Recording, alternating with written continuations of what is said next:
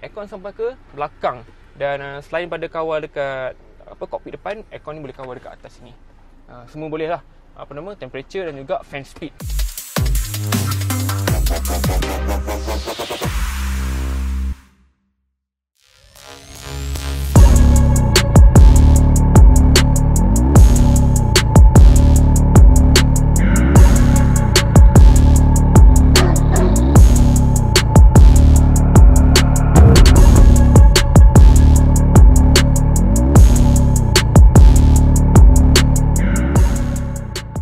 Ya. Tak, lori nombor 2 stay dulu.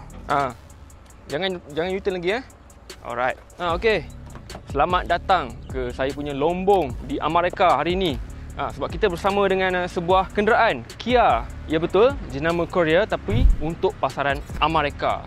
Memperkenalkan Kia Carnival yang terbaru, dan harus diketahui juga yang Carnival sekarang ni dia dah drop dah nama Grand Carnival. Dulu dia Kia Grand Carnival, sekarang dia Kia Carnival saja. Walaupun yang sebenarnya generasi yang terbaru ni dia lebih grand daripada sebelum ni. Jangan pening pula. Jadi sekarang Kia Carnival yang 2021 ni ditawarkan kat Malaysia satu variant saja dengan harga dia agak cantik, bawah 200,000. Nampak gaya, rupa macam ni kan. Ramai yang saya tanya-tanya kawan saya, saudara saya pun semua dia ingat harga 300,000. Padahal RM196,000 sahaja. Dan betul ada juga yang berkata sesuai ke kereta ni dijadikan alternatif untuk Alphard dan juga Vellfire. Itu kita cerita nanti. Dan dia dekat juga harga dia dengan kereta-kereta macam Hyundai Santa Fe dan Mazda CX-8. Itu kita cerita nanti adakah sesuai ke tidak. Kita tengok dulu. Okey, depan dia ni masih lagi dinamakan Kia Tiger Nose Grill, tapi sekarang dah tak nampak macam lubang hidung harimau sangat dah, sebab dia dah makin besar. Tapi design dia agak cantik, ketul-ketul macam ni memang nampak premium. Dia punya rekaan lampu depan dia ni pun full LED. Lampu dia pun nampak agak kompleks, nampak agak mahal, nampak macam premium. DRL macam ni bentuk macam gini. Lepas tu berketul-ketul LED.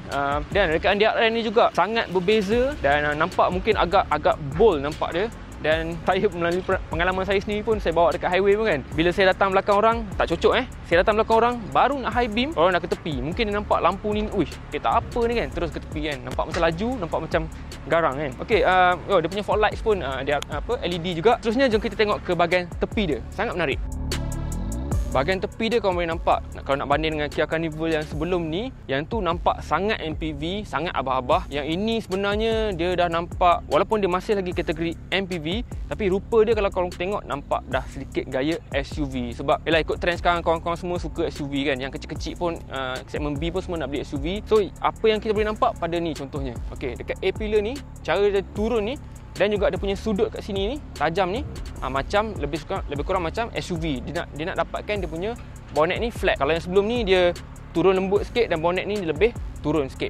Dan sama juga macam ni, rekaan ni dia ada satu macam kristal ni, dia pisahkan tingkap yang dua sini dia pisahkan dengan yang belakang sekali ni, sebab nak bagi nampak ilusi macam sebuah SUV. Tapi sebenarnya kalau MPV biasanya yang depan ni terpisah dengan dua belakang. Yang ni dia buat terbalik nak bagi nampak gaya SUV.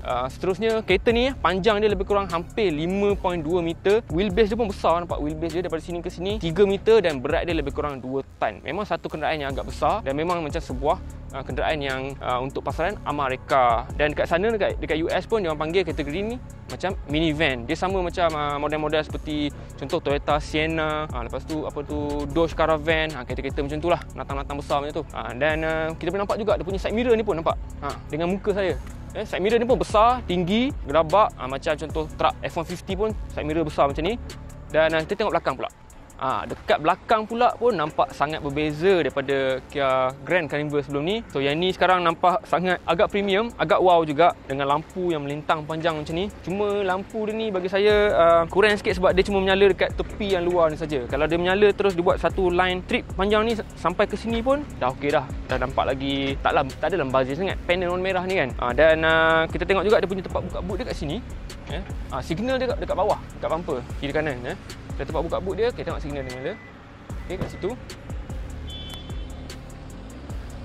Baik, Kia Carnival ni untuk pasaran kita, pasaran Malaysia, kita dapat konfigurasi 11 seater, 11 tempat duduk dan dengan 4 baris tempat duduk. Yang sekarang ni saya punya saya guna baris keempat ni saya baringkan, dan kalau kita nak naikkan dia, okey.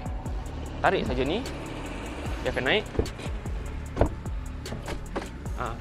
Dan dia punya tempat duduk belakang dia ni bukan macam untuk tempat duduk budak-budak. Dia memang dewasa pun boleh duduk, cuma agak cangkung sikit saja. Tapi ruang kaki semua cukup. Kita boleh adjust kita boleh tolak-tolak ke belakang untuk baris kedua dan juga baris ketiga. Dan bila dinaikkan penuh macam ni, dia punya konfigurasi dia ialah daripada depan tu 2 3 3 3. Okey.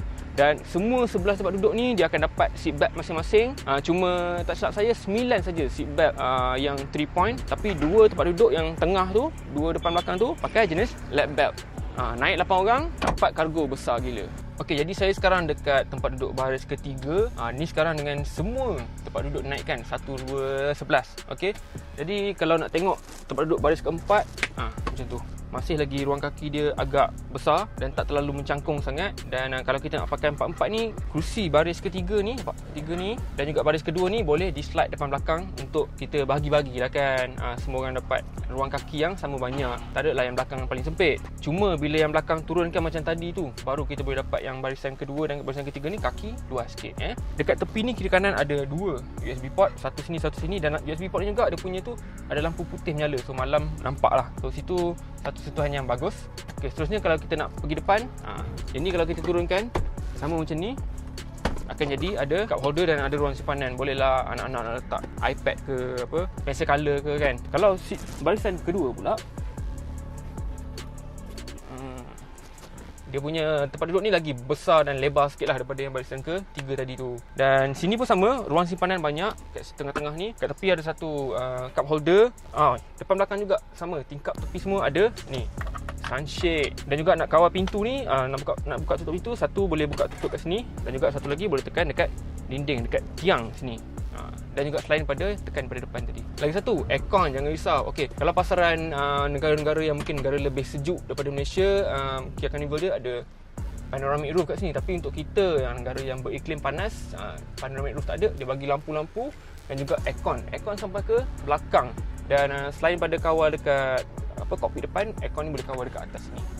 Semua boleh lah, temperature dan juga fan speed. Lepas tu USB port ada juga daripada tempat duduk depan ni, ada satu belah sini, satu belah sini. Lepas tu ada butang boss seat, jadi korang yang tempat duduk penumpang belah kiri sini boleh tolak, boleh kawal tempat duduk penumpang depan ni sini. Port 12 volt pun ada, satu dekat sini dengan satu lagi dekat belakang sekali kat ruangan kargo. Okey, masuk ke dalam Kia Carnival ni masih boleh terdetik rasa wow dalam hati saya ni. Walaupun saya dah bawa hari tu kan, waktu media drive tu, tapi walaupun bukan kali pertama tengok, tapi bila masuk balik semula nak ambil untuk sesi pandu uji kita orang sendiri ni, masih lagi boleh rasa wow. Dengan apa? Dengan dia punya rupa penampilan rekaan kabin ni dan juga material-material yang dia pakai. Okey, rupa dia ni contoh kita tengok dekat tengah-tengah ni dan ke tepi bahagian dashboard ni, melintang sepanjang-panjang dashboard ni yang kristal ni sama macam dekat luar tadi. Lepas tu kristal ni juga dia pakai pada dia punya tombol gear. Lepas tu color ni pun bagi saya suka. Dia 2 tone lah. Kebanyakan material dalam ni dia pakai warna macam satu leather warna hitam ke kelabu gelap macam tu. Satu lagi dia pakai warna beige macam coklat cerah ni. Menaikkan seri kereta ni, rasa lagi lapang, rasa lagi mewah. Walaupun harga dia sebenarnya bukanlah harga terlalu kayangan sangat, tak sampai RM10 juta pun. Jadi depan pemandu ada satu macam panel besar, tapi maklumat sebenarnya biasa-biasa je lah. Ada 2 meter analog untuk speedometer dan juga RPM. Dan tengah-tengah dia tu ada panel sikit untuk MID, multi info display. Tapi dekat tengah ni screen infotainment ni memang besar. Jadi paparan semua benda ada. Kalau contoh kita pakai Apple CarPlay ke kan, kita nak display Google Maps kat sini, sebesar-besar ni boleh display Google Maps. Lepas tu sentuhan toggle-toggle dan tombol-tombol semua sedap. Macam contoh kita nak tukar kita nak bagi signal kan, dia punya sentuhan kita guna signal ni pun lembut. Pada tombol gear ni pun dia ada kemasan macam kristal yang memang sedap pegang. Saya pun tak pasti dia ni plastik ke ataupun semi metal ke apa, saya rasa plastik, tapi memang lawa dan nampak macam tahan lasak. Satu lagi yang juga saya perasan, dia punya kabin kat depan ni memang betapa lebarnya kereta ni. Halal gap dekat depan ni memang jauh lah. Saya rasa ada dekat setengah meter kot antara seat driver dan juga seat penumpang depan ni. Okey, sekarang kita cerita pasal kuasa pula. Carnival ni dia pakai enjin sama macam sebelum ni. Sebenarnya powertrain dia sama, sama. Enjin 2.2 liter 2.2 liter CRDI turbo diesel dan juga transmission automatic 8 speed.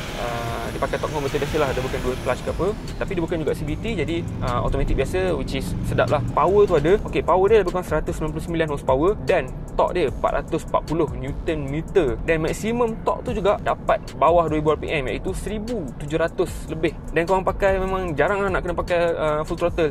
Tekan sikit je memang dah terus senang pergi. Dia main RPM 2000 3000 je, tak sampai 3000 dia dah upshift. Okey, macam laju ni bukan apalah. Okey, ada yang kata kau bawa MPV besar-besar, kau bawa family buat apa laju? Tak, ini kuasa untuk membawa beban. Kereta ni dah lah besar, berat dia pun tak silap saya dekat 2 tan. So korang bawa pun, kalau muatan penuh pun boleh bawa sampai 11 orang kan. Jadi kita perlukan torque tu untuk bawa tu, bukan untuk nak laju, walaupun boleh pergi laju. Kereta ni dia punya kamera dia memang mantap. Okey, korang boleh nampak 360 daripada atas. Lepas tu boleh tengok depan bumper, korang boleh tengok kereta depan. Lepas tu boleh nampak jarak depan. Lepas tu yang paling saya suka, nampak ni, nampak steering, nampak tayar depan kiri kanan dia. So dia guna kamera macam bawah side mirror ni. Sangat berguna kalau korang nak masuk parking. Korang boleh, walaupun kereta ni besar, korang boleh masuk parking betul-betul center, betul-betul tengah-tengah line, tak ada sengit kiri kanan. Memang senang. Cuma perlu ambil masa sikit nak biasakan diri. Macam contoh kita nak biasakan diri dengan pergerakan kereta tu. Lepas tu boleh tengok juga apa nama ni, tengok bucu kiri kanan. Siang grafik dia memang cun, memang cantik, besar, jelas, HD. Cuma malam nampak agak terhad sikit. Yang tu korang kena hati-hati sikit lah, malam kena tenung-tenung sikit. Tapi yang risau, skrin pun besar kan. Okey, lagi satu, gear ni sebenarnya mudah juga. Saya sekarang pakai drive kan. So nak pergi dekat parking, terus tekan saja P kat atas ni, dia terus pergi parking. Lepas tu sama juga daripada parking ni, bila lampu hijau dah jalan depan, korang terus dia pulas ke sini, dia akan terus lompat pergi D. So daripada parking tu terus boleh pergi ke drive. Dan jangan risau juga, ya betul, korang akan cakap, so macam mana kalau nanti tengah bawa tertekan P? Tak. So benda ni dia agak full proof. Jadi kalau korang tengah jalan, korang tertekan P pun, nampak? Dia semua bagi warning je. Shift to P after stopping. Dah berhenti pun masuk P. Tapi dia takkan masuk P sambil korang jalan, sebab dia bukannya ada hubungan mekanikal antara gear tu pergi ke tayar, ke gearbox, tak ada. Okey, handling Kia Carnival ni sedap ke? Okey lah, korang tak boleh lah, kita be realistic lah. Tak boleh nak cakap handling dia macam macam sports car ke, macam contoh Honda Stream ke kan. Honda Stream dia tahu wish yang tu MPV, yang chassis kereta memang korang terasa lah size dia. Tapi boleh dikatakan dia punya talaan suspension tu agak baik lah. Kia buat yang terbaik yang dia mampu. Tapi overall bawa dia memang sedap, memang senang. Dan paling best sekali sebab dia apa? Jimat lah. Ini kereta memang jimat gila. Saya punya range, saya dah jalan lebih kurang 825 km dan saya ada range lebih kurang lagi 65 km. Jadi senang-senang saja boleh dapat berapa ni, 890 ke 900 km dalam satu tangki. Cakap sikit pasal mode driving, eco, normal, sport tu biasalah kan. Dia ada sikit beza-beza lah kan. Dia rasa dari segi throttle response apa semua tu. Dia ada juga satu lagi mode, macam kereta-kereta baru Hyundai dan Kia yang model later-later sekarang, dia ada satu lagi mode smart. Jadi smart mode ni dia macam adaptif lah. Dia auto adjust ikut kita punya input. Macam tu, kalau kita buat relax, dia akan terus bagi eco mode punya setting. Dan bila kita henyak dia beria sikit, dia terus bagi setting macam sport mode. Safety dia ni, untuk safety yang passive tu standard lah, boleh kata. Okay, ada 7 airbag. Lagipun yang penting sekali, seat belt yang paling penting, semua ada. Cuma untuk autonomous ataupun advanced safety, dia kurang sikit. Autonomous emergency braking tak ada, forward collision warning tak ada, adaptive cruise control pun tak ada. Dia cruise control ada tapi tak adaptive. Yelah, sebab dia tak ada apa-apa radar dekat depan. Cuma dia ada ni, blind spot warning dan juga blind spot indicator lah. Tapi itu saja, dia tak ada steering assist ke apa, tak ada, agak minimum. Lepas tu dari segi comfort, okey, kalau kita bawa pun kita duduk secara untuk driver ni kita akan terasa duduk agak tinggi sikit, tapi okey. Untuk belakang sangat selesa. Okey, sebenarnya semua seat dia ni agak keras tau. Dia tak lembut sangat, tapi dia punya rekaan, dia punya kontur dan juga support tu sedap. Dekat back support ni, dekat bawah peha, dan juga dia punya panjang seat ni pun dia tak adalah belakang peha sangat. Dia dekat-dekat juga dengan lutut. Semua seat macam tu. Jadi kita punya peha dan kaki tak rasa macam terlampau tergantung sangat. Semua seat sebenarnya dia punya rekaan tu sangat selesa. Cukup lebar, cukup besar. Tapi paling lebar seat yang baris pertama ni lah. Yang baris kedua dengan ketiga tu dia tirus sikit, sebab nak sumbat 3 orang satu baris kan.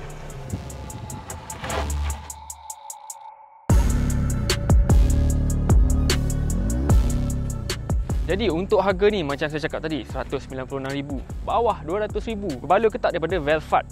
Bagi saya agak berbaloi juga. Lepas tu rupa dia semua nampak macam dia lagi mahal daripada harga dia 200,000. Sebab kalau korang tak percaya, korang tunjuklah gambar ni dekat siapa yang tak tahu kan, mesti dia teka harga dia 300,000 punya lah.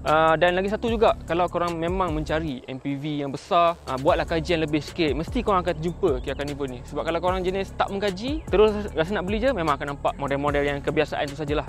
Jadi kita mestilah jadi golongan yang kaji baru beli. Bukannya beli menyesal sebab tak kaji. Okey. Jadi sekian saja untuk kali ni video Kia Carnival kita. Kalau nak tahu lebih lagi, baca nanti dekat kita punya Angear.tv, website kita. Dan apa-apa komen pun ataupun pertanyaan pun boleh komen dekat bawah. Kita akan cuba jawab. Dan jangan lupa juga like, share video ni dekat sesiapa yang korang rasa berkenan ataupun perlu untuk tengok video ni. Penat-penat kita buat ni, bulan puasa pun shoot video ni. Okey.